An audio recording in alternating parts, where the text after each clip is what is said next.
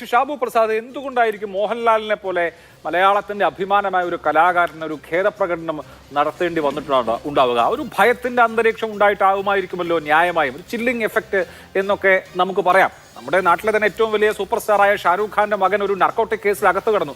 ആ നടപടിയെടുത്ത സമീർ വാങ്കഡയെ പിന്നീട് ശിക്ഷാ നടപടിയെടുത്ത് അയക്കുന്നത് പോലും നമ്മൾ കണ്ടു. കാരണം വ്യാജമായ കേസായിരുന്നു. എന്തും സംഭവിക്കാം എന്ന ഒരു ഭയത്തിന്റെ അന്തരീക്ഷം ക്രിയേറ്റ് ചെയ്ത് ഇവരെ ആ തരത്തിൽ മാനസികമായി ഒരു സമ്മർദ്ദത്തിലാക്കി ഇങ്ങനെ ഒരു മാപ്പ് പറയിച്ചതുകൊണ്ട് പ്രത്യേകിച്ച് എന്തെങ്കിലും കാര്യമുണ്ടോ? കാണാനുള്ള ആളുകളൊക്കെ സിനിമ കണ്ടില്ലേ? അഭിലാഷ് സിനിമ കണ്ടോ? എന്തോ അഭിലാഷ് സിനിമ ഞാൻ കണ്ടു.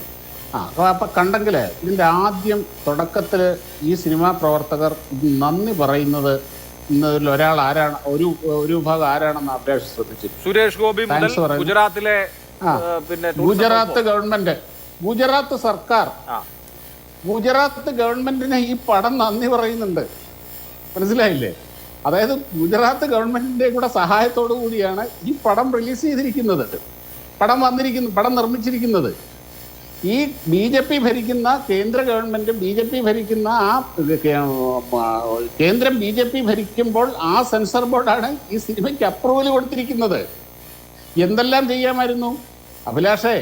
ഈ കിടന്ന് വായ്ത്താരി ഇളക്കുന്ന ഈ നാട്ടിലാണ് ലജ്ജ നിരോധിക്കപ്പെട്ടത്, സാത്താനിക് വേഴ്സസ് നിരോധിക്കപ്പെട്ടത്, ക്രിസ്തുവിൻ്റെ 5-ാം തിരുമുറിവ് നിരോധിക്കപ്പെട്ടത്. ഇവിടെ ഒന്നും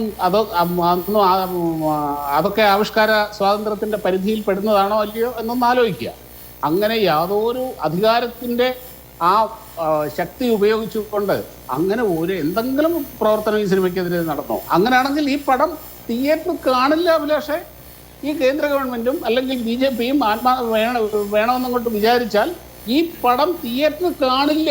അല്ല, അതിനും മാത്രം. പക്ഷേ ഈ തിയേറ്റർ കാണിക്കാതിരിക്കാൻ മാത്രം ഞാൻ പറഞ്ഞല്ലോ, നേരത്തെ പറഞ്ഞതുപോലെ പ്രധാനമന്ത്രിയെയോ ആഭ്യന്തരമന്ത്രിയെയോ അത്തരത്തിലുള്ള നാടെന്നുള്ള കേരളം ഒന്നും അതിൽ അങ്ങനെ നിങ്ങൾ അങ്ങ് ഭയപ്പെടുത്തില്ലല്ലോ. ഇവിടെ അതൊക്കെ അങ്ങ് സംഘപരിവാറിന്റെ ഓഫീസ് പറഞ്ഞാൽ മതി.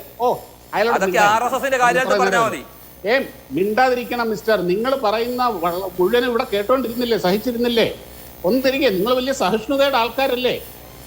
ഒന്ന് അടങ്ങിയിരിക്കും അവിടെ. അതായത് ഈ സെൻട്രൽ ഗവൺമെന്റ് അപ്രൂവ് ചെയ്തില്ല, അല്ലെങ്കിൽ ഇവര് സെൻസർ ബോർഡ് അപ്രൂവ് ചെയ്തില്ല എങ്കിൽ ഇവർ ഈ കിടന്ന് വേളം വെക്കുന്നവരല്ലേ, ഇവരെല്ലാം ആര് വിചാരിച്ചാലും പടം റിലീസ് ചെയ്യില്ല. അങ്ങനെ റിലീസ് ചെയ്ത ഇത് നിങ്ങൾ ഈ പറയുന്ന ഫാസിസ്റ്റ് സർക്കാർ അപ്രൂവൽ കൊടുത്തത് കൊണ്ട് റിലീസ് ചെയ്ത ഒരു പടത്തിന്റെ മേലിലാണ് ഈ ബഹളം ഇവിടെ നടക്കുന്നത്. അല്ല, അപ്പൊ അതല്ലേ ചോദ്യം. സെൻസർ ബോർഡ് അപ്രൂവ് ചെയ്ത, സെൻസർ ബോർഡ് UA സർട്ടിഫിക്കറ്റ് കൊടുത്ത ഒരു സിനിമയുടെ മുകളിൽ ആരാണ് ബഹളം വെക്കുന്നത്? നിങ്ങളല്ലേ ബഹളം വെക്കുന്നത്? ഒരു രാഷ്ട്രീയ സിനിമ, ഒരു രാഷ്ട്രീയ പ്രമേയം ചർച്ച ചെയ്യുന്ന ഒരു സിനിമയോട് വിയോജിക്കാനുള്ള അവകാശം ഈ നാട്ടിലെ ജനങ്ങൾക്കില്ലേ? ഈ വിയോജിക്കാനുള്ള അവകാശമുണ്ട്. വിയോജിക്കാം. നിങ്ങൾ പറയുന്നത് പോലെയല്ല, ഇങ്ങനെയാണ് എന്ന് പറയാം. അതേക്കുറിച്ച് വേണമെങ്കിൽ ഒരു സിനിമ പോലും എടുക്കാം. അതിലൊന്നും ഒരു കുഴപ്പമില്ല, തകരാറുമില്ല. പക്ഷെ സിനിമ എടുത്ത ആളുടെ പിതൃത്വം തൊട്ട് അയാൾ ഫ്ലാറ്റ് വാങ്ങിയത് വരെ അപകീർത്തി പറയുക, അവഹേളിക്കുക, ED വരും അല്ലെങ്കിൽ ഏജൻസി വരും എന്ന് ഭീഷണിപ്പെടുത്തുക, ഇത് വിമർശനമല്ലല്ലോ, വിയോജിപ്പല്ലല്ലോ. ഇവിടെ അല്ല, ഒരു കാര്യമുണ്ട്. ഇപ്പം ഇവിടെ ഈ ചാനൽ ചർച്ചയിൽ ഇരുന്ന് രണ്ട് കൂട്ടർ പറയുന്നത് നരാധമൻ, രക്തദാഹി, ഫാസിസ്റ്റ് ഇതൊക്കെ പറയുന്നതോ എന്തടിസ്ഥാനത്തിലാണ് പറയുന്നത്? ഇങ്ങനെയൊക്കെ പറയാൻ ഇവർക്കുള്ള അവകാശം ഇവിടെ സംഘപരിവാറിൽ അല്ലെങ്കിൽ സംഘപരിവാറിനെ സപ്പോർട്ട് ചെയ്യുന്ന മറ്റുള്ളവർക്കും ഉണ്ട് സാർ. ഇതിനൊക്കെയുള്ള അവകാശം തീരെഴുതി കൊടുത്തിട്ടില്ല ഇവിടുത്തെ കോൺഗ്രസിനും കമ്മ്യൂണിസ്റ്റുകാർക്കും ഒന്നും. ഇനി മറ്റൊരു കാര്യം ഞാൻ പറയട്ടെ. ഇവിടെ ഗുജറാത്ത് കലാപമാണല്ലോ. എൻ്റെ ആഗ്രഹം ഞാൻ പറയാം. ഈ ഗുജറാത്ത് കലാപം ചർച്ച ചെയ്യപ്പെടണം, ഒരു സംശയം വേണ്ട. അത് എങ്ങനെ തുടങ്ങിയെന്ന് ചർച്ച ചെയ്യപ്പെടണം. അതോടൊപ്പം തന്നെ കഴിഞ്ഞ ദിവസം ഇവിടുത്തെ ഒരൊറ്റ മാധ്യമങ്ങളും ഇന്ത്യയില്ല.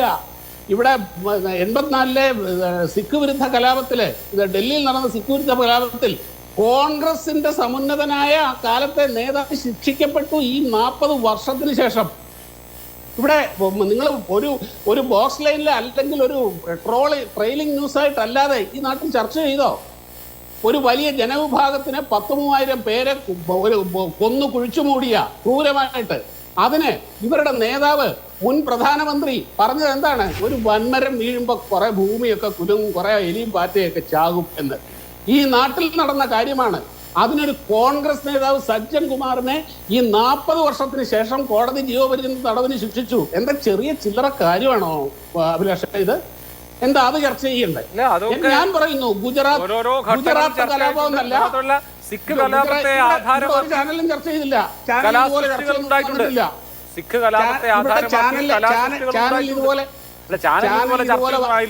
ഒന്നും ചർച്ചയൊന്നും ഉണ്ടായിട്ടില്ല.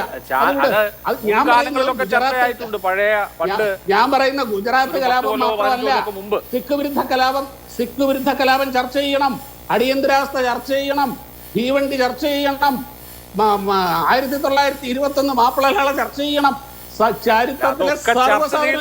ഓരോ തരത്തിലുള്ള പ്രൊപ്പഗാൻഡ സിനിമകൾ ഇറങ്ങുന്നുണ്ട്. ഈ അടുത്ത് തന്നെ ബിജെപിയുടെ ഒരു MP അഭിനയിച്ച അടിയന്തരാവസ്ഥ പരാമർശമാവുന്ന സിനിമ ഇപ്പോഴും നെറ്റ്ഫ്ലിക്സിലാണെന്ന് തോന്നുന്നു, ഏതോ ഒരു OTT-യിലുണ്ട്. അതല്ലാതെ ഇതിപ്പോ ആദ്യമായിട്ട് ചരിത്രത്തെ ഏതെങ്കിലും പ്രത്യേക കോണിൽ വിലയിരുത്തുന്ന സിനിമ വന്നതൊന്നുമല്ല.